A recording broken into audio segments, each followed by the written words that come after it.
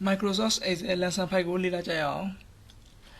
ဒီ Microsoft Excel ကိုအသုံးပြုလဲပြီးတော့ဒီနေ့အောင်အကျစင်းလေးတစ်ခုလုပ်ပြမှာပေါ့နော် Microsoft ဟို double click ဖွင့်လိုက်ပြီးတော့ Control A နဲ့ select ပြီးတော့မြန်မာလိုရိုက်ချင်လို့ရှိရင်ဒီမှာဘာပေါ့နော်စော်ကြီးတို့ဒီမှာတစ်လုံးရိုက်ချင်ရပါလေအဲ့ဒါဆိုရင်ဒီလိုမှာစော်ပေါ့နော်စော်ကြီး1အဲ့ဒါခေါ်လိုက်မယ်ဒီမှာဆိုအရွယ်စားပြင်မယ်စနစ်ပြင်ပြီးပြီးတော့ဒီမှာစင်းလို့စပြရဘူးနော်စင်းနောက်တော့အမီ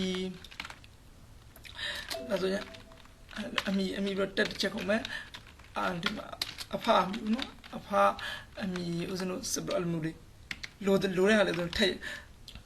ဒီမှာဦးဇင်းတို့ဒါအချိန်လူလောက်တဲ့အတွက်ဒါဒီမှာအမြန်ဖြည့်လိုက်တာပေါ့နော်ကိုမကိုဆိုတော့ဒီမှာစင်အမီအဖအမီမြန်မာသင်္ချာအင်္ဂလိပ်ရမှတ်ပေါင်းပေါ့နော်ရမှတ်ပေါင်းပြီးတော့ချင်းအဲ့ဒါအောင်အကြပေါ့နော်ဒီမှာဆိုအောင်အကြတစ်ခုလိုတယ်အရေးကြီးတာကြောင့်ကြက်ခဲ့တာဒီမှာကြရင်နောက်တစ်ရွက်ထပ်တယ်မယ်အောင်အကြပေါ့နော်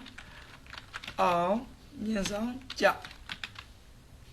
ဒါဆိုအောင်အကြမြန်မာစာကုန်တို့အင်္ဂလိပ်စာကုန်တို့သင်္ချာကုန်တို့ပြန်မြရမှန်းဟိုဘက်ကကျတော့ချင်းပါအစင်ပေါ့နော်ဒီလိုမျိုးတွေအဲ့လေဦးဇလို့စေရှိကိုယ့်ကိုလိုတော့တွေထပ်ဖြည့်ပါမနော်ဒါကိုမောင်ကိုဆိုရင်ဒါတစ်ခုချင်းလိုက်ပြမနော်ဦးစင်းအနေနဲ့ကတော့ဒါမြန်အောင်လို့ဒါဖြည့်ထားတာပေါ့နော်နောက်မှတော့အချိန်ကြီးကြားနေမှာဆိုလို့ဦးစင်းလည်းဒါအမြန်ဆုံးဖြည့်အောင်လို့ဒါဖြည့်ပြီးသားကိုမောင်ကိုဆိုတော့ဒီမှာတစ်ခုချင်းလိုက်ပြမနော်ဒီတစ်ဆိုတော့စီးဆွဲပေါ့နော်ဒါဒီနာမည်ရတစ်ခုချင်းလိုက်ရမယ်ဒီမြန်မာစာလို့ဒါရမှတ်တွေကိုမောင်ကိုတစ်ခုချင်းလိုက်ပဲဖြည့်ရမနော်ဒီတိုင်းလိုက်ဖြည့်ဦးစင်းဒီအဓိကတော့ဒီ formula တွေဘယ်လိုသုံးလဲဆိုတော့ပြချင်လို့နော်ရမှတ်ပေါင်းရချင်တော့လွယ်ပါဒီရမှတ်ပေါင်းတော့ formula ချင်းညီမချင်းအရင်ခံရည်တယ်ပေါ့နော်ညီမချင်းဒီ2ပေါ့နော်ဒီ2အပေါင်း e2 အပေါင်းဒါဆို f2 ပေါ့နော်ဒါဆိုရပါပြီအန်တာခေါင်းနေတာ200ရအောင်နော်ရမှတ်ပေါင်း200ဒါဟို series ဆိုလိုက်ပေါ့နော် series ဆိုတော့မောက်ကလေးကိုလွှတ်လိုက်မယ်သူကသူအမှတ်တွေဒီမှာပေါင်းလို့ဖြည့်သွားတယ်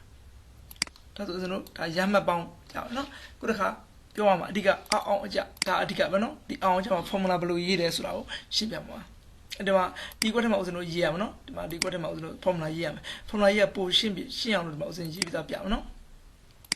ဒီကွက်ထဲမှာရေးရမှာ formula ဒီမှာညီမြချင်းဒါ formula သင်ကြတာ if ဆိုတာဒါလျင်ဘယ်လိုလျင်လဲဆိုတော့ဟောဒီ d2 ကနေပြီးတော့ f2 ဟော d2 ဆိုတာဒီကောင်နော် f2 ဆိုတာဒီကွက်ကိုပေါ့လား d2 ကနေ f2 ဆိုတာအကွက်တွေအားလေ40အောက်ကိုငဲနေလို့လျင်တဲ့40အောက်ကိုငဲနေလို့ရှိရင်ဒီတိုင်းပြနော်40အောက်ကိုငဲနေရင်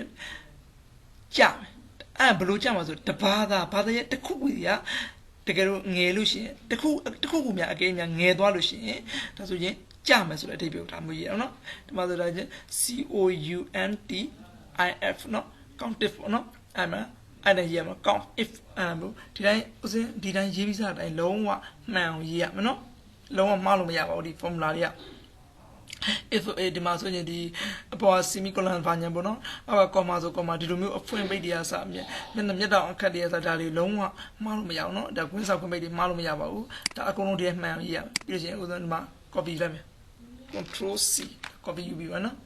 control C copy ယူရဒီမှာဒီထဲမှာတကယ်လို့အခုနနဲ့ရေးရမှာကိုကဥစဉ်မရေးတော့ခုနရေးပြီးသားဒီမှာ control V နဲ့ပွားလိုက်မယ် control V ဒါ copy ပွားလိုက်ပြီနော်ဒါတင်းပွားပြီးပါဒီတိုင်းဥစဉ်ကိုပေါ့ကိုဆိုတော့ဒီတိုင်း formula မှန်အောင်ရေးရမှာနော်ဒါအောင်စပြီးလို့ရှိရင်ဥစဉ် enter ခေါ်လိုက်အောင်နဲ့ဒါဆိုရင်သူအောင်ရနော်ဒါဒီပေါ် mouse လေးတစ်ချက်တင်မယ်ကျန်တဲ့ဟာလေးဥစဉ်တို့အကုန်လုံး series ဆွလိုက်မယ်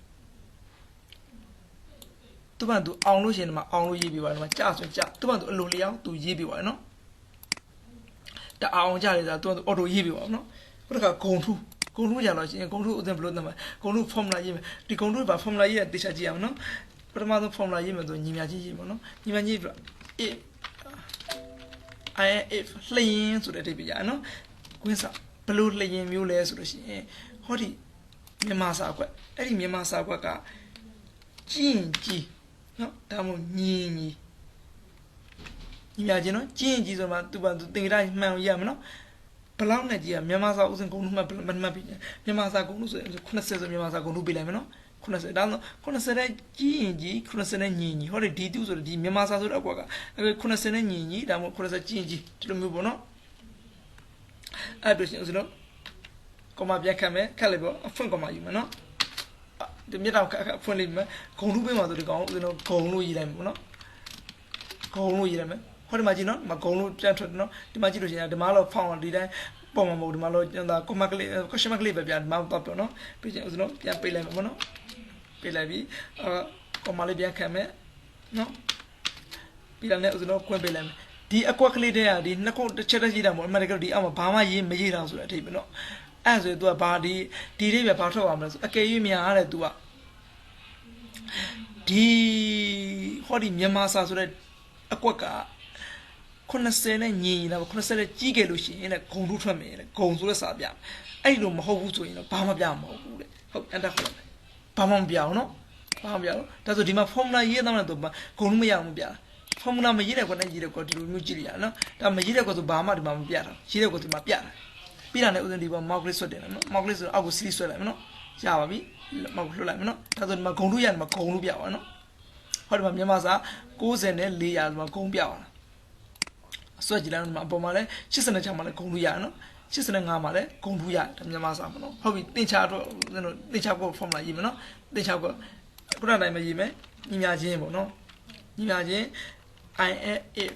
ထုံးတယ်နော် if နဲ့ကွင်းစားလိုက်မယ်ကွင်းစားတော့ဟုတ်လားဒီတင်ချကွက်ဒီပါလဲတင်ချကွက် e2 ပေါ့နော်ဒီကနှိပ်လို့ရကိုယ့် keyboard ကနေ e2 နှိပ်လို့ရနော်တော်တော် e2 ကဘာလဲပဲကျင်း e2 ဆိုတော့ကွက်ဒီကျင်းကြီးဒါမဟုတ်ညီညီ e2 ဆိုတော့တင်ချဆိုတင်ချဂုံတို့ကဘယ်လောက်လဲဆိုတင်ချဂုံတို့80ပေါ့နော်တင်ချဂုံတို့80မှာဂုံလို့ပဲတင်ချ80တဲ့ဒါရပြီနော်ဒါဥဒ္ဒရာဒီအတိုင်းဆိုပြီးလို့ချင်းညတာအခက်ပေါ့လောလိုက်မယ်ပြီးတော့လည်းဥဒ္ဒရာရေးမယ်ဂုံဆိုလဲစလုံးရေးမယ်ပေါ့နော်ဂုံထုမှတ်သူပြီးတာပြီးတော့လည်းဥဒ္ဒရာကွန်မာရှာမယ်တော့ဖွင့်ပိတ်ပြီးမယ်ဒီဥဒ္ဒရာ formula လုံးဝမှားလို့မရအောင်နော်ဒီ enter ခေါ်လိုက်မယ်Oh sorry ဒီမှာဒါအင်္ဂလိပ်လိတ်ကုန်ဖြစ်နေဒီမှာမှားလို့ချင်းပြန်ဒါတင်ချကွက်ဖြစ်ရမှာနော်တင်ချကွက်ဒါဆိုဒီမှာ formula ရေးပြီးသားနော် formula ရေးတာတော့ခုံလို့မရလို့ဒီမှာဘာမှမပြဟုတ်ပြီနောက်ဥစဉ်အောက်ကွက်တွေဥစဉ်ဒီမှာ mouse လေးဆွဲတယ်မယ်အောက် copy ဆွဲပြန်လူကျင်တော့ဆွဲမယ်နောက်ကိုလှလိုက်မယ်ဒါဆိုဒီမှာဂုံလို့ရမှာဂုံလို့ပြရနော်ဒီမှာ82မှာဂုံရကျန်တဲ့လူတွေတော့ဂုံမရဘူးနော်တင်ချမှတ်ကဥစဉ်ဂုံလို့မှတ်ကဥစဉ်ကတော့80ပေးတာနော်ဒီမှာပြန်တကယ်ဒီမှာအင်္ဂလိပ်စာဂုံတို့အင်္ဂလိပ်စာဂုံတို့ခုနကလည်းဆက်မရေးချင်လို့ဆိုရတယ်ဒီကွက်ကိုဥစဉ် copy ကူလိုက်ရနော် controlဒီကောင် control C နဲ့ copy ကူရနော်ပြီးတော့ချင်း control C တော့ copy ကူရမယ်နော် control C ဆို copy ကူလိုက်မယ်နော်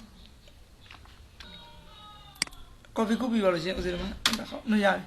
ပြီးရင်ဒီဘက်မှာတော့ paste လုပ်မယ် control V ခုနက copy ကူတာကိုဒီခုတစ်ခါကျဒီ e မဟုတ်တော့ဒီမှာ e တကောင် e2 ပေါ့နော်ခုကအင်္ဂလိပ်စာတော့ဆိုရင်ဒီမှာ f2 ဖြစ်ပါမှာနော်အဲဆို f2 ဆိုတော့ပြောင်းကြည့်လိုက်မယ် f2 ဆို keyboard ကနေကျဒါဆိုရင်မြန်မာဖောင်းမပြောင်းf2 နောက်ရေးမယ် f2 ရပြီနော် f2 ဆိုတော့မြန်မာတော့အင်္ဂလိပ်စာဆိုတော့ဂုံထူက80ပေးမှလား85ပဲပေးလိုက်မယ်နော်ဒီကဂုံထူ85ပေါ့ကိုပေးချင်တာဂုံထူကကိုယ့်ကိုသတ်မှတ်လို့ရနော်ပြရတဲ့ဥစဉ် enter ခေါ်လိုက်မယ်ဟောမှာသာသူအင်္ဂလိပ်စာ80သူကဂုံထူထွက်ပါနော်ဂုံထူဒီမှာ mouse click ဆွတ်တယ်မယ်အောက်ဆွတ်ချမယ်ရပြီလွတ်လိုက်တော့သူမှာအင်္ဂလိပ်စာမှာဂုံဆိုတော့ဂုံထူမှတ်တွေပြဒါဂုံထူမှတ်တွေပြနော်ခုနပြန်မြန်ဆိုတာဒီ3ခွက်ဒီ3ခွက်ပေါင်းပြီးစားကိုတတွင်းနဲ့ဒီ3နဲ့စားနေတာပြန်မြန်ထွက်အောင်နော်ဒီမှာတော့ညီမြကြီးရေးမယ်ညီမြကြီးနော်ဟောဒီကောင်ဒီကွက်ကိုစားမှာနော်အစားဆိုတာ keyboard ဒါအစားလက္ခဏာပဲနော်ဒါအစားဒါဒီအမြင်ဆုံးအစား3ဘလောက်ဆိုတော့3နဲ့စားဆို3ရေးမှာနော်3ရေးပြီးချင်း enter ခေါ်လိုက်မယ်ဒါတဖာသာပြန်မယ်နော်ဥစဉ် mouse ဆွတ်တယ်မယ် mouse အောက်တော့ကိုလိုချင်တော့လေခြာဒါပြန်အမှတ်တရအောင်နော်ခုတစ်ခါကြာရှင်ဒီမှာအဆင့်သတ်မှတ်တာဘယ်လိုသတ်မှတ်ဆိုရင်ဟောဒီအကွက်ဒီအကွက်ဒီတထုကဒီကြီးကွက်ပေါ့နော်အဲ့ဒီကြီးကွက်မှာဒီအမှတ်များတဲ့လူပေါ့နော်အမှတ်ပေါင်းများတဲ့လူအဆင့်တစ်ဖြစ်မှာပေါ့အမှတ်ပေါင်းဒုတိယအများဆုံးအဲ့လိုမျိုးအဆင့်သတ်မှတ်ဖြစ်တဲ့အတွက်ဒီအကုန်လုံးဥစဉ် select ပေးလိုက်မယ်နော်ဒီမှာ select တစ်ခုလုံးဖြစ်သွားပြီ select ဖြစ်လဲပြီးသွားလဲတော့ဘာလို့မဆိုဒီမှာကိုဒီကွက်ကို select ရင်ပေးထားမှာ select ပေးလိုက်ပြီဒီမှာ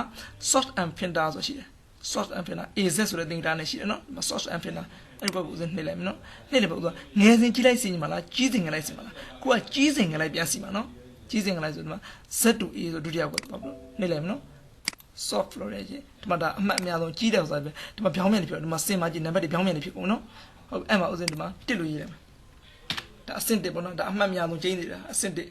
ဒီနှစ်ပါညာကြောင့်မရေးတော့ဒီမှာလွှဲအောင်ဆိုဒီမှာ mouse ဆွဲတင်လိုက်မနော် mouse ဆွဲတင်လိုက်ပြီးဦးစင်းဒါကို C ဆွဲမှာပေါ့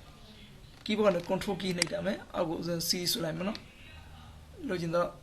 C ဆွဲမယ် mouse ကိုအရင်လွှတ်မယ်ပြီးရင်လက်ကတော့ဒါဆိုရင်ဒါ C ဆွဲပြီးသားဒါဆို data စီဆိုဒါကိုဥစဉ်ငကိုတိုင်းဒီမှာပြန်ဆင်မယ်ပေါ့နော်ဆင်ဖို့ဥစဉ်ရေးမယ် soft and fin out တစ်ချက်ရေးမယ်ခုတစ်ခါငယ်စဉ်ဒီကောင်ကျတော့ငယ်စဉ်ကြည့်လိုက်ပုံမှန်တိုင်းဖြစ်မှာဆိုတော့ဒီဟာ A to Z ကိုယူလိုက်မယ် soft ကိုယူလိုက်မယ်သူကကျန်လာအကုန်ပြောင်းနော်ဒါဆိုရင်ဒါဒီအမှတ်အများဆုံးဒီဂုံထုအမှတ်အများဆုံးကဒါဘယ်လောက်လဲဆိုတော့ကြည့်ကြည့်လို့ရှိရင်ဟောဒီမှာဒီအဆင့်ပေါ့နော်အဆင့်တစ်ကဘယ်လိုဘယ်နေရာမှာကျတော့ဒီမှာအဆင့်တစ်ကဒီမှာကြည့်အဆင့်တစ်နော်အဆင့်တစ်ကတော့နံပါတ်9ပေါ့နော်မေသူဆိုတာဒီမေသူကအဆင့်တစ်ရတယ်ပေါ့နော်ဒီလိုမျိုးဖြစ်ပါတယ်ဒါအဆင့်တစ်ဆိုရင်ဒီမှာဆိုရင်အဆင့်တစ်ကမင်းသူပေါ့နော်မင်းသူကအဆင့်2ရတယ်ခုတစ်ခါထပ်ပြီးရှင်းပြမှာ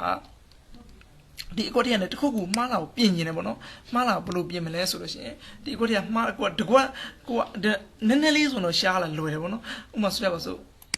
ဒီမှာဦးဇင်းတို့ဒီဥပဆိုတဲ့နာမည်ကမှားတယ်ပေါ့နော်ဒီစန်တာနဲ့ပတ်သက်ပြီးဒီမှာဥပမှားတာပေါ့နော်အဲ့ဒါဦးဇင်းပြင်းပြပေါ့ဘယ်လိုပြင်မလဲဆိုတော့ဒီမှာတခြားကြည့်ပါနော်ဒီဟာဒီနည်းနည်းလေးဆိုတော့ဒါရှားလွယ်အများကြီးဆိုရှားလာမလို့ဒါဦးဇင်းဒီဟာဒီဥပဆိုတဲ့ဟာဦးဇင်းပြင်တယ်ဒီမှာဆိုရင်ဒီမှာတခြားကြည့်နော်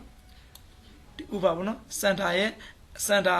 အဖေကဥပမဟုတ်ပေါ့နော်ဥမြစန်တာရဲ့အဖေဥမြဒါမှစန်တာရဲ့အဖေဦးစင်ဥပလို့မှားရတာအဲ့ဒါဥပကိုပြင်နေတယ်ပြင်နေမှာပြင်ပြမယ်နော်ဟောဒီမှာနော်ဒီမှာ pi and slash နော်ဒီမှာ pi and slash ဆိုဒီကွက်ကလေးပြနော်ဒီမှာအစွန်းဆုံးကွက်ကလေးဒီမှာဆို home ဘက်ကနေတော့နော်ခုနကဦးစင် soft and printer ရဲ့ဘက်မှာ pi and slash ဆိုတော့ကိုဦးစင် slash ပြလိုက်နော်slash ပြလို့ဒီကောင်ဦးစင်မှာဆိုရင်ဒီမှာအပေါ်မှာ pi ဆိုတော့ကိုနော် pi ကိုဝင်လိုက်မယ်ဦးစင်ဒီမှာရှာမှာ center ဆိုတော့ဒီမှာဦးစင် center ပေါ့နော်ကိုကသူသမီးနာမည်ကိုတည်တာသူအဖေနာမည်မှားလားဥပကိုပြင်နေတာဥပကိုပြင်ချင်မှာဥပလို့ရလို့ရတယ်ဥပဆိုရင်ပြီးပါဥပလို့ရရင်ပေါ့နော်ဥပရင်တော့ pi ဆိုတော့ကိုထဲမှာဆိုရင် pi what အဲ့မှာကြာလို့ရှိရင်ဦးစင်ဥပလို့ရမယ်ရိုက်လိုက်ပြီးဩဒီမှာ pi all ဆိုတော့ကိုနှိပ်လိုက်မယ်ဒီမှာဥပဆိုတော့ကိုမှသူဒီမှာ select ပေးတာနော်ဒီမှာ select ပေးတာပြတာဥပဆိုတော့ဒီကမှာအမှဥလာလို့ပြင်လိုက်ပေါ့နော်ဥလာတော့မဟုတ်ချင်းဥမြပေါ့နော်မြဥမြဒါပြင်လို့ရအောင်နော်ဟုတ်ပြီနောက်တစ်ခါအဲ့ဒီလိုပြင်လို့ရတယ်နောက်တစ်ခါကြာလို့ရှိရင်ဒီမှာအများကြီးကြာလို့ရှိရင်သူအော်တိုပြင်တဲ့နီးရှိတယ်နော်ဟုတ်ပြီနောက်ခါပြန်ပေးလိုက်မယ်နောက်ပြန်ပြမနော်ခုတစ်ခါဥစဉ်ဘာကိုပြင်ပြမလို့ဟောဒီစုနာမည်ဟိုဥစဉ်ကခုနစုနာမည်ကိုဝင်းစုပေါ့နော်ဒါမှမဟုတ်တစ်ခုပေးလိုက်မနော်နာမည်ရှိတာမရှိတာတော့မသိပါဘူးစုဆိုတဲ့နာမည်ပြင်ပြမယ်တခါဒီမှာပဲဖိုင်စလက်နော်အဲဝင်မယ်ဖိုင်ကိုတော့ရှာမယ်ဖိုင်ဆိုဒီမှာစုဆိုတဲ့ဟာကိုရတယ်FU ဆိုတာဦးစင်းရှာလိုက်မယ်တွေ့ပါနော်ဒီမှာစုဒီမှာ repeat ဆိုတာဒီအကွက်ကိုပြန်ပြင်မအောင်နော်ဒီစုစာကွက်ဘာပြင်နေတာလဲဒီမှာစုကွက်ဒီမှာပြန်နော်ဒီမှာဆိုအများကြီးဆိုဒီနည်းနဲ့ပို့ပြီးဆင်ပြေတယ်စုနာမည်ကနော်ဝင်းစုတမ်းမို့ကြိုက်တယ်ဘောနော်တခုအိုင်ကြိုက်တယ်ဘောနော်ဝင်းစုပေါ့ကိုကြိုက်တယ်လို့ပြင်လိုက်ပြနော်ပြင်နေမှာ repeat ဆိုတော့ရအများကြီးဆိုရင် repeat all ပေါ့နော်ကြိုက်တယ်လို့အစားထုတ်လိုက်ရပါတယ်ဒီမှာဆိုရင်ဝင်းစုဆိုသူကလိုပြောင်းသွားနော်အဲဆိုရင်ဒါကျွန်တော်ဒါအောင်စင်းရင်းတွေကိုမန်ကိုလောက်တတ်တော့ပြီအောင်စင်းလောက်တဲ့ခါမှာကိုယ့်ရဲ့အတွေ့အခေါ်နဲ့ကိုအတွေ့အခေါ်ကောင်းရင်ကောင်းတယ်လို့အောင်စင်းတွေကပို့ပြီးတော့အဆင်ပြေတာနော်ကိုမန်ကိုအတွေ့အခေါ်နဲ့ရိုက်ရမှာဒါဥစဉ်နမူနာအကျဉ်းလေးတစ်ခုပဲရိုက်ပြတာပါဒီအောင်စင်းရင်ကိုဥစဉ်ဒီကျောင်းဆရာတယောက်ကလောလောဆယ်အောင်စင်းသူ့ကိုလုပ်ပြပါဆိုပြီးဥစဉ်အကူညီတောင်းလို့အကြောင်းဥစဉ်ဒီအောင်စင်းလေးရိုက်ပြတာပါအမှန်တကယ်တော့ဒါကိုနောက်ပိုင်းကျမှဥစဉ် formula တစ်ခုချင်းပြန်ရှင်းရမှာပေါ့နော်အဲကြောင့်ဒီဟာကိုမန်ကိုဒီကျန်လာလေးပြင်းနေပြီဒီသဘောတရားဒီအဓိကတော့ဒီအောင်အကြဘယ်လို formula ရေးတယ်ဒီဂုဏ်ထုဘယ်လို formula ရေးတယ်ဒီပြန်မြလို့ဒီအဆင့်လို့ဘယ်လိုရေးတယ်ဆိုတာလို့သိအောင်အဓိကပြလာပါအခြားတင်ဥစဉ်ရှင်းပြပြတဲ့သင်ခန်းစာလေးကိုနားမကြည့်ရသေးဘူးလို့ရှင်းတယ်ဒီမှာဥစဉ်အကောင့်ဒီမှာ Facebook မှာရှင်းသူစိတ်တာပေါ့နော်ဒီလိုမျိုးရိုက်ပြီးရှာလို့ရပါတယ်ဥစဉ်အကောင့်နောက်အခြားအသစ် exact သင်ခန်းစာလေးလေ့လာခြင်းလို့ရှင်းတယ်ဒီမှာရှာပြီးတော့လေ့လာလို့ရပါတယ်